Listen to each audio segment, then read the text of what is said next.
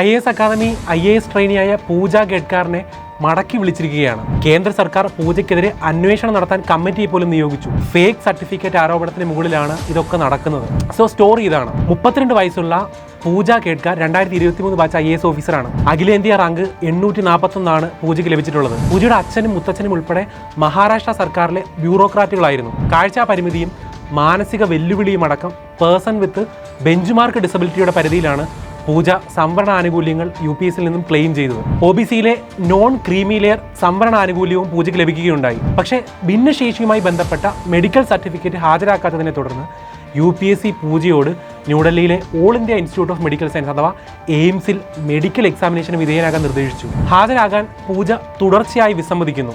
Covid റിലേറ്റഡായ കാരണങ്ങളാൽ പൂജ അത് postpone ചെയ്യാൻ ആവശ്യപ്പെടുകയും പിന്നീട് അത് റീഷെഡ്യൂൾ ചെയ്യുകയും ഉണ്ടായി. 2 കണ്ണിലും കാഴ്ച വൈകല്യം ഉണ്ടായതിന് കാരണം അറിയാൻ UPSC പൂജയോട് ബ്രെയിൻ MRI ചെയ്യാൻ ആവശ്യപ്പെടുകയുണ്ടായി. പക്ഷേ പൂജ സ്വകാര്യ ആശുപത്രിയിൽ നടത്തിയ MRI റിപ്പോർട്ടാണ് UPSCക്ക് മുൻപിൽ സമർപ്പിച്ചത്. ഈ റിപ്പോർട്ടിൽ പൂജയുടെ അവകാശവാദത്തെ സപ്പോർട്ട് ചെയ്യുന്ന വിവരങ്ങളുണ്ട്. UPSC ഈ റിപ്പോർട്ട് റിജക്റ്റ് ചെയ്യുകയും കേന്ദ്ര അഡ്മിനിസ്ട്രേറ്റീവ് ട്രൈബ്യൂണലിൽ പൂജയുടെ സെലക്ഷനെതിരെ കേസ് ഫയൽ ചെയ്യുകയും ചെയ്തു. സെൻട്രൽ അഡ്മിനിസ്ട്രേറ്റീവ് ട്രൈബ്യൂണൽ പൂജയ്ക്കെതിരെയാണ് റൂൾ ചെയ്തത്. പക്ഷേ എങ്ങനെയോ MRI പിന്നീട് അക്സെപ്റ്റ് ചെയ്യപ്പെടുന്നു. തുടർന്ന് IAS ഓഫീസറായി അപ്പോയിന്റ് ചെയ്യപ്പെട്ടു. പൂജയ്ക്ക് 7% ഡിസബിലിറ്റിയാണ് റിപ്പോർട്ടിലുള്ളത്. പക്ഷേ 40% ഡിസബിലിറ്റിയാണ് സംവരണത്തിൻ്റെ അർഹതയെന്നും ഓർക്കണം. പൂജയുടെ ട്രെയിനിങ് നടന്നുകൊണ്ടിരിക്കുന്നതിൻ്റെ ഇടയ്ക്ക് പൂജയുടെ അച്ഛൻ ദിലീപ് റാവു ഈ കഴിഞ്ഞ ലോക്സഭ ഇലക്ഷന് മത്സരിക്കുകയുണ്ടായി. തെരഞ്ഞെടുപ്പ് സത്യവാങ്മൂലത്തിൽ അദ്ദേഹത്തിൻ്റെ സ്വത്തുവകകൾ 40 കോടി എന്നാണ് വെളിപ്പെടുത്തിയിരിക്കുന്നത്. ഇതോടുകൂടി പൂജയുടെ OBC നോൺ ക്രീമി ലെയർ സംവരണവും ചോദ്യം ചെയ്യപ്പെട്ടു. OBC സർട്ടിഫിക്കറ്റ് ലഭിക്കണമെങ്കിൽ രക്ഷകർത്താവിൻ്റെ വാർഷിക വരുമാനം 8 ലക്ഷത്തിനുള്ളിലായിരിക്കണമെന്ന വ്യവസ്ഥയുണ്ട്.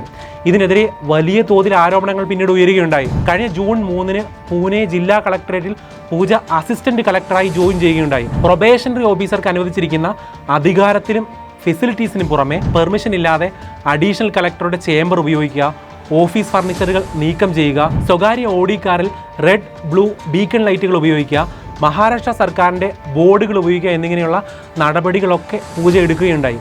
അതും ഈ സമയത്ത് വിവാദമാവുകയുണ്ടായി. പൂജയുടെ അച്ഛൻ പൂജയുടെ ഡിമാൻഡുകൾ നടപ്പിലാക്കാൻ ജില്ലാ കളക്ടറെ സമ്മർദ്ദം ചെലുത്തുക പോലും ഉണ്ടായി. തുടർന്ന് കേന്ദ്ര സർക്കാർ ജൂലൈ 11 പൂജയ്ക്കെതിരെയുള്ള ഭിന്നശേഷി OBC ഉൾപ്പെടെയുള്ള ആനുകൂല്യങ്ങൾ ദുരുപയോഗം ചെയ്തതുമായി ബന്ധപ്പെട്ട നടപടികൾ അന്വേഷിക്കാൻ ഒരു കമ്മിറ്റിയെ നിയോഗിക്കുകയുണ്ടായി. ഇതിനെ തുടർന്നാണ് Lal Bahadur Shastri national academy of administration IAS ട്രെയിനിയായ പൂജ ഗഡ്കാറിനെ മടക്കി വിളിച്ചത്. ഇപ്പോൾ അഭിഷേക് സിംഗ് ഉൾപ്പെടെയുള്ള ഇൻഫ്ലുവൻസറായ മുൻ IAS ഓഫീസർമാർക്കെതിരെയൊക്കെ വീണ്ടും ആരോപണങ്ങൾ ഉയർന്നു വരികയാണ്.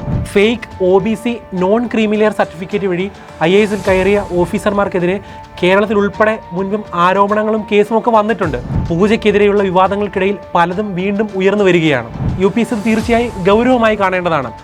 സംവരണ ആനുകൂല്യം ഏറ്റവും ഡിസർവിംഗ് ആയ മനുഷ്യർക്ക് കിട്ടുന്നതിൽ വീഴ്ചയുണ്ടാകുന്നു എന്നതൊക്കെ ഒരു കമ്മീഷനെ നിയോഗിച്ച് പഠിച്ച് പരിഷ്കരിക്കേണ്ട വിഷയമാണ്. വർഷങ്ങളോളം കഷ്ടപ്പെട്ട് പഠിച്ചിട്ടും വാർഷിക പോസ്റ്റിംഗ് പരിധികൾ മൂലവും കട്ട് ഓഫ് മാർക്ക് കടക്കാതെയും സംവരണ ആനുകൂല്യം ലഭിക്കാതെയും പുറത്തു പോകുന്ന UPSC വിശ്വസിച്ച് ആത്മാർത്ഥമായി പിന്നെയും തയ്യാറെടുക്കുന്ന ലക്ഷക്കണക്കിന് മനുഷ്യരുള്ള രാജ്യമാണിത്. UPSC അവരെ അത്രയും പ്രാധാന്യത്തോടെ കണക്കിലെടുക്കണം.